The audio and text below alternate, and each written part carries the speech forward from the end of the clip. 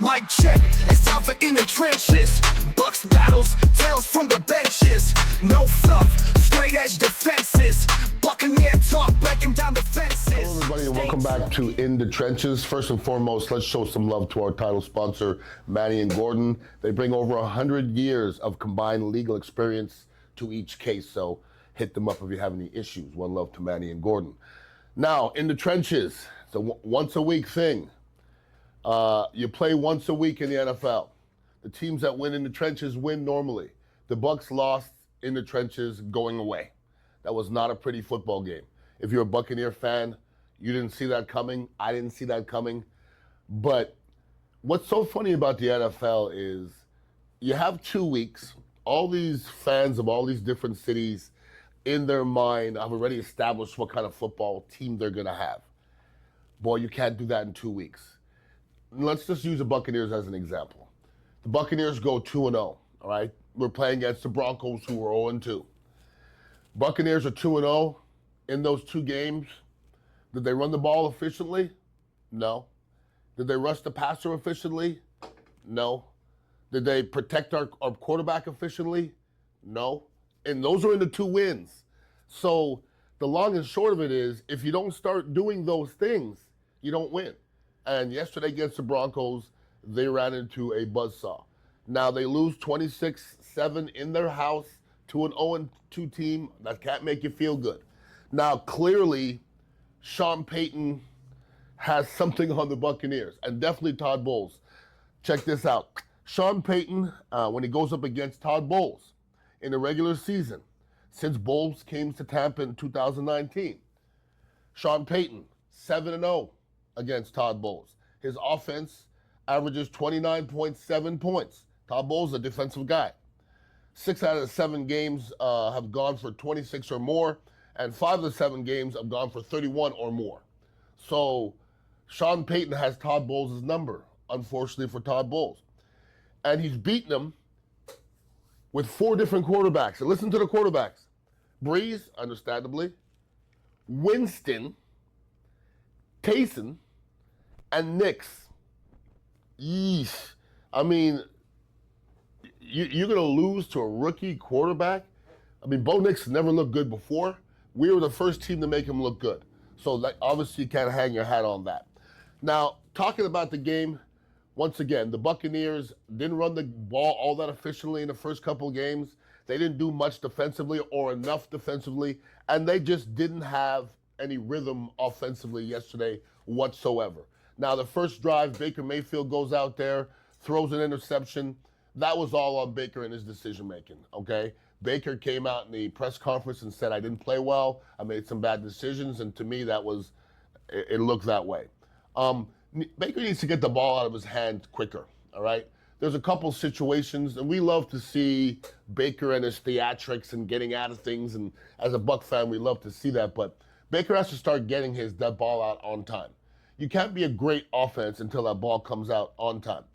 It just seemed like the check down show yesterday, and you don't win that way, and you score 7 points, there's an issue, all right? When Kate Otten has the most targets, that's an issue. I don't know if the Bucs will win any games where Kate Otten has the most targets. I really don't. So there's so many things that need to be improved. The first touchdown, or the only touchdown of the back shoulder to Chris Godwin, was a beautiful, beautiful throw. But other than that, there's not a lot of things that the Buccaneers can feel good about offensively. Bucky Irving is one of the high points, I guess. But I don't want people to trip out and all of a sudden think that Bucky Irving is that much better than Rashid White. They're both getting used in different situations, okay? So usually the running back gets what's there. Bucky Irving has fresher legs than Rashid, that is for sure. But we don't know if he's a better blocker. We don't know if he's a better route runner. There's a reason why the Buccaneers have him in there. And sometimes in 2-3 games, when you see a discrepancy in yards per carry, you think that one guy's doing so much better than the other guy, when that's not really the situation. A lot of times it's just what's put in front of them. Although I do like what I see from Bucky Irving. The running game in general just has to get better for me. I mean, I told you guys and gals at the beginning of the year when we're claiming to be a running football team. You're not a running football team until you get on the football field and do it on a consistent basis. And the Buccaneers haven't been a good running team maybe since Mike Allstott. And that's a long time ago. I played with Mike Allstott, okay? So that's a long ass time ago. So the Buccaneers just got to figure themselves out because, you know, what happens if you're 2-0 and you're feeling good about yourself and you got a lesser team coming in your house and you already made yourself 3-0 and now you're looking down the way, you're like, oh, we're great. And I'm seeing all these articles of how great the Buccaneers are over 2 weeks. The offensive line hasn't played great. Cody Mauch hasn't played great. Cody Mauch's still playing like a rookie. I've said this before. My rookie year, I played like a rookie. My second year, I improved 40%. And I'm expecting that from Cody Mauch, and I haven't seen it yet. Tristan Wirfs hasn't played as well as he normally has. That being said, he's still a great tackle, okay? You know, it wasn't as bad at the right tackle position as it was the week ago with obviously Aiden Hutchinson, but it wasn't pretty. And we gave up 7 sacks. And Baker Mayfield was probably responsible for 2 or 3 of them. So as an offense, you can't feel good about yourself. You just can't. So they're going to go back to the drawing board. They're going to watch film today and not feel good about themselves. Now, when you lose 26-7 in your house, nobody's going to watch film and feel good about themselves because nobody played well. Now, defensively, no sacks, very few pressures. I saw 1 pressure to JTS near the end zone where he hit the quarterback's arm. Other than that, I didn't really see much of anything. So where are we at? You think you're going to win a championship without pass rush? Last time we won a championship, our pass rush was a son of a bitch. And it just ain't that right now. Yaya Diaby, I know Yaya missed a bunch of time in the preseason. He doesn't look the same. You know, he had double-digit sacks last year. Where's he at? Hearing people talk about JTS is playing well, 1 pressure and 1 sack in 3 games is well. And obviously you're not watching the rest of the plays because he's still soft. He's still soft on the regular. Yaya Diaby is not soft, but his pass rush ain't there. I'm not seeing it, unfortunately. The first touchdown that they had against us, Denver, McLaughlin, I think the guy's name was. For God's sakes, when that ball was 2 seconds in, when that play was 2 seconds in, they had 0 chance of scoring that touchdown. And we had 2 players just have ridiculous angles and let this guy sneak into the end zone. I believe it was on a 4th and 1 on the goal line. I mean, you can't win games like that, all right? When they're making those big plays, you can't win games like that. Clearly, the Buccaneers missed Vita Vea. Clearly. When you miss a guy 350 with wheels and can move on the inside, that's a problem for everybody. And we clearly miss Vita Vea. We let Bo Nix in his first NFL start come in our house and torch us. The Buccaneers seem to do that on the regular. And I don't remember the last person to do it, but it happens too damn much with the Buccaneers. It just does. And if you ask me who played well, Camarda didn't play poorly. Okay, Camarda, who's not been having a good year, our punter, actually had a pretty good game and was flipping the field and did a pretty good job. Other than that, I don't know if anybody played well. I mean nobody. Jamel Dean didn't play well. You know who our leading tackler was? Jamel Dean. And I believe the second tackler might have been McCullum. Now, when you play a team and your leading tacklers are corners and safeties, you don't win those games. You don't win them.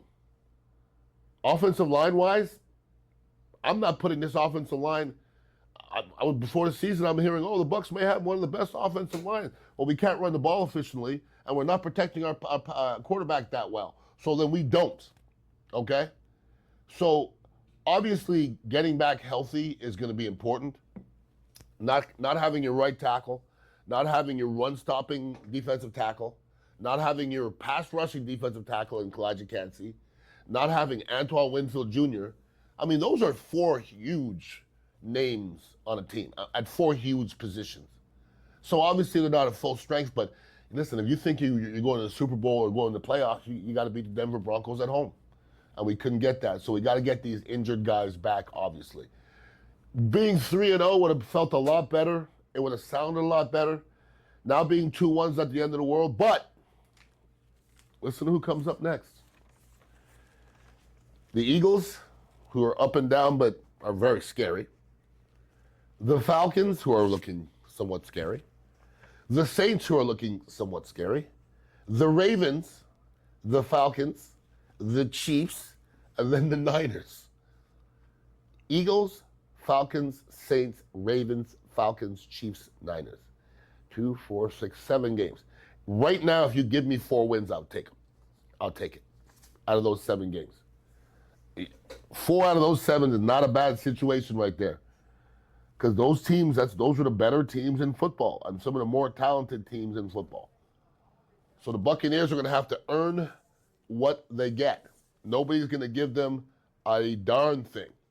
And you're 2-1, it's not the end of the world. The division still looks all right. Carolina figure out a way to get one done, to get a win. But I still think it's the Buccaneers' division to lose.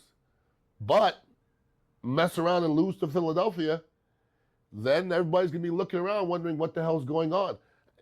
At the end of the game, in certain key situations, the Buccaneers have to establish who that guy is to make those plays, all right? That's going to be important. Anyways, one love. I appreciate you guys always listening in. In the Trenches comes at you every single week. Thank you to Manny and Gordon, and hopefully the Bucs get it done next week. Peace out. Tampa, call it home.